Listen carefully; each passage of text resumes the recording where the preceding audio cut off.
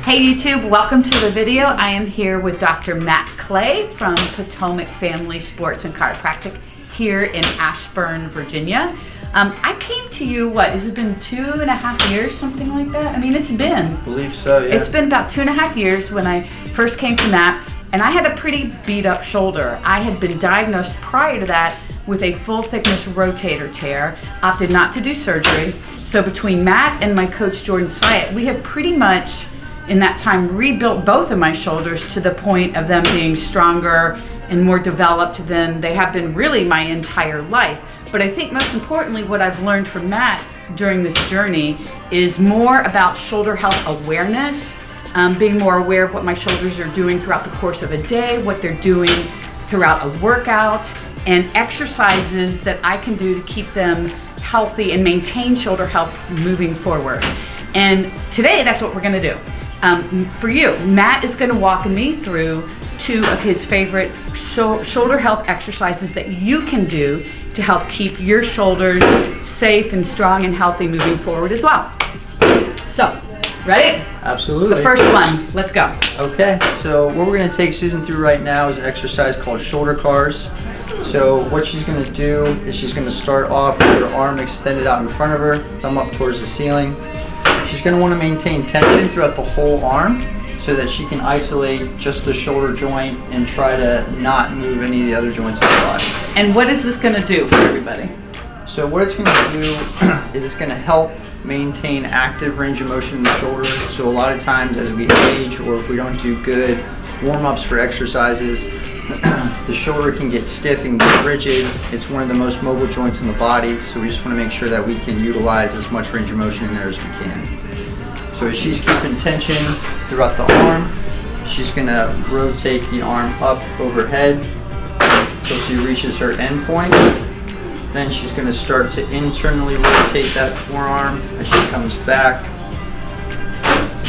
Good to catch the extension here in the back. Yep. She's going to keep turning that thumb down, other way. There you go. Until she ends all the way down by her side.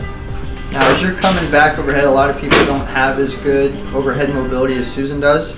So you might not be at that point.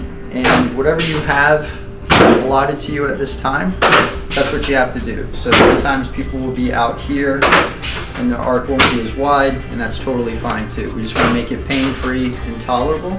So to reverse, she would go into full extension. As she hits that end point, that's when she's going to start to rotate now into external rotation. So she gets back over to her full starting position that she began in. And that's shoulder cars. And those, I just want to add, the more tension you create, the more exhausting these are. Yeah. These are super hard to do. Absolutely. So you can dial it up a notch if you want to add more tension and make the movement almost feeling like somebody's trying to resist or fight that arm rotating back. So by doing that, you use more proprioceptive fibers, which are stability fibers in your shoulder, to continue that motion through space. Awesome. And literally, I do these every day. Every single day. Every day. So we're going to take Susan through the next exercise. This one's a little bit more active in terms of how many muscles we're going to get involved to stabilize the shoulder. So she's going to go lay in her stomach. So with those of you that got little ones at home, you might be familiar with this. We call it tummy time, but it's a 3-month prone position that we get patients into. When you're here, you want to make sure that coming from the torso, the arm is anywhere between 30 to 45 degrees overhead. You want to start off by rolling those shoulders back. And you want to feel like you're rolling them, not pulling them down. We want more middle, lower trap activity than we do lat. So when she gets those rolled back, she's going to pull that chin towards her neck. This way, yep, a little bit more. Good. So you can see that she already propped herself up, which is good. She's keeping those shoulders pulled back and down. She's keeping that chin tucked in, that head nice and long, feeling like she's reaching out towards the wall in front of her. So she's getting a nice distraction here through your lower cervical spine or your neck and your upper thoracic spine or your mid-back. Now what's good about this is it syncs up middle, lower trap, serratus anterior, And like we say, shaking ain't faking. And if we want to make it a little bit harder, because she's tough, we'll have her try to pull those ribs down a little bit more so we get a little bit more ab involvement. So let's get up a little bit higher. Good. Let's try to pull those ribs down. Good. And you can see right there, she's not really doing much, but she's shaking like a leaf. So you can see that middle trap, lower trap popping out right there, which is what you want to see. You're getting a nice co-contraction of all these muscles now, stabilizing the shoulder. Doesn't look hard, but it's quite hard indeed, as you can see. Yep. That is super, super hard, you guys, but it feels amazing. It is. It feels amazing.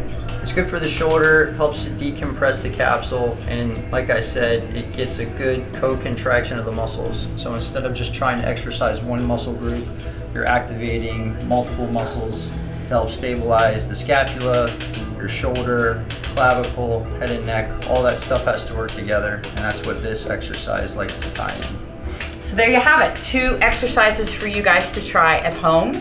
If you have any questions, plop them in the comments below. Click subscribe so you know when the next video is coming out. And thank you for being here. Have a great day. See you guys.